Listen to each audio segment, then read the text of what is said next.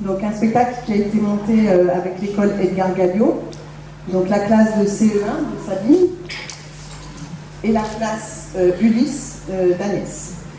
Donc la classe projet s'est montée sur une activité de danse adaptée. Donc je suis moi-même professeure de danse adaptée pour les personnes en situation de handicap.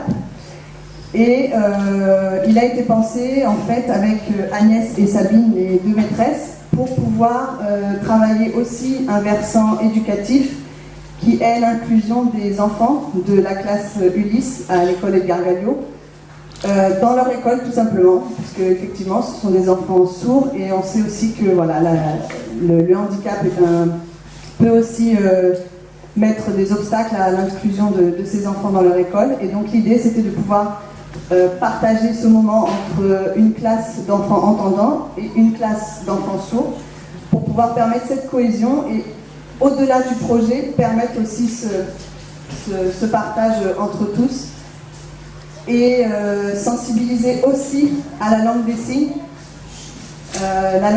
française qui est une langue encore qui n'est pas assez répandue, j'ai envie de dire. Et voilà, c'était aussi cet objectif de pouvoir sensibiliser les enfants qui sont des futurs adultes à la langue des signes et à l'accessibilité pour tous à la culture.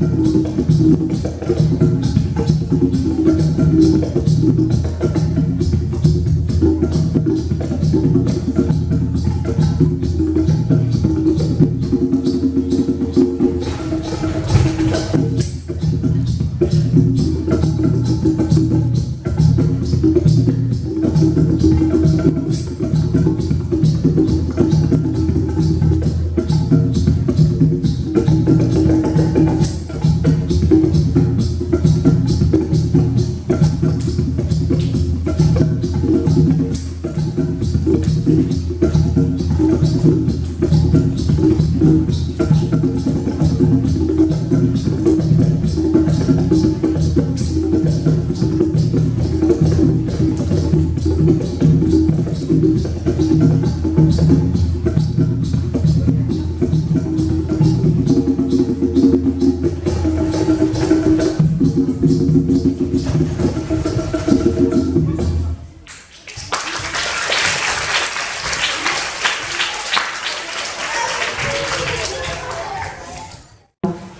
en plus, tous les autres animaux se moquaient d'elle. Il faut dire que les autres animaux avaient 2 pattes, ou 4 pattes. Mais l'araignée, elle en a les 8.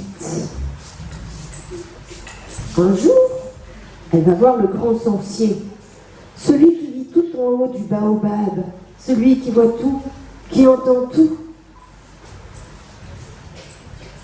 Sorcier, sorcier, tous les autres animaux se moquent de moi. Peux-tu faire quelque chose? Le lendemain, le grand sorcier du baobab qui voit tout, qui entend tout, a réuni tous les animaux. J'ai appris que vous vous moquez de l'araignée parce qu'elle est différente de vous. Il est très mal de se moquer des autres. Si je vous y reprends, sur le champ, je vous arrache le cœur. Les animaux sont rentrés chez eux. L'araignée, triste, a quitté le village et s'est installée loin, loin, en limite du désert. Un matin, la gazelle est allée loin, loin, en limite du désert, et là, elle rencontre l'araignée. Mais que fais-tu là, l'araignée? Je me suis installée et je cultive un champ de bananes. Quoi? Un champ de bananes dans le désert? Et tu es bête comme ton père, tu es bête comme ta mère, tu es bête comme ton grand-père, tu es bête comme ta grand-mère, tu es bête comme toutes les araignées de ta race. Le grand sorcier a tout vu, tout entendu, et il a arraché le cœur de la gazelle qui est tombée morte.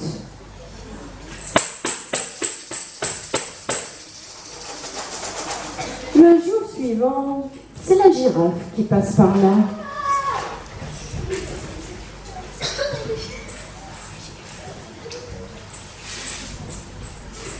Que fais-tu là, l'araignée? Bah, tu le vois bien, je cultive un champ de bananes. Quoi?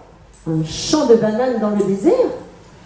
Mais tu es bête comme ton père, tu es bête comme ta mère, tu es bête comme ton grand-père, tu es bête comme ta grand-mère, tu es bête comme toutes les araignées de ta race.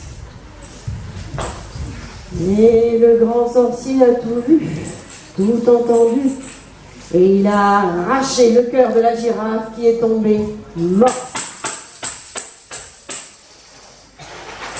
Mais il y en a une autre qui a tout vu, et celle-là, c'est la pintade. À l'époque, la pintade avait un plumage triste et gris.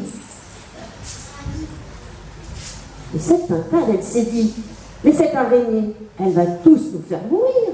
Il faut faire quelque chose.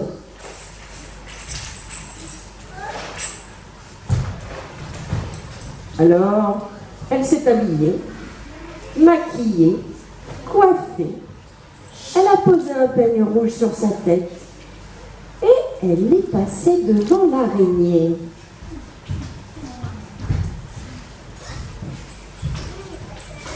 Et la pintade, mais où vas-tu? Je vais voir mon fiancé. Mais t'as vu comme t'es habillée? T'as vu comment t'es maquillée? Tu as vu comment tu es coiffée? Ma pauvre pintade, t'es affreuse, à vomir. Le grand sorcier a tout vu, tout entendu. Et il a arraché le cœur de l'araignée qui est tombée morte. La pintade est rentrée chez elle, mais lorsqu'elle a voulu se déshabiller, se démaquiller, se décoiffer, elle n'a pas pu, et tous ses attributs, elle les a gardés. Le lendemain, le grand sorcier, très en colère, a réuni tous les animaux. Une victime a le droit de ne plus être une victime. Être victime ne vous donne pas le droit d'être un bourreau. Vous ne m'avez pas écouté. Vous ne savez dire que des choses méchantes. Vous ne méritez pas la parole. Cette nuit, pendant votre sommeil, je viendrai vous arracher la langue. Partez maintenant. La nuit venue, les animaux ont veillé très tard. Mais vers minuit, le sorcier a envoyé une petite musique magique qui les a tous endormis.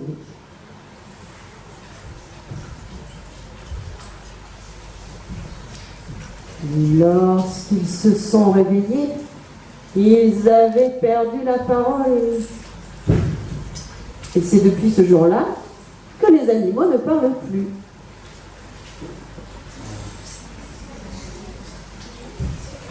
Et vous qui nous écoutez, si par hasard, un jour, il vous vient l'envie de vous moquer de quelqu'un parce qu'il est différent de vous, pensez à l'araignée, pensez à la pintade.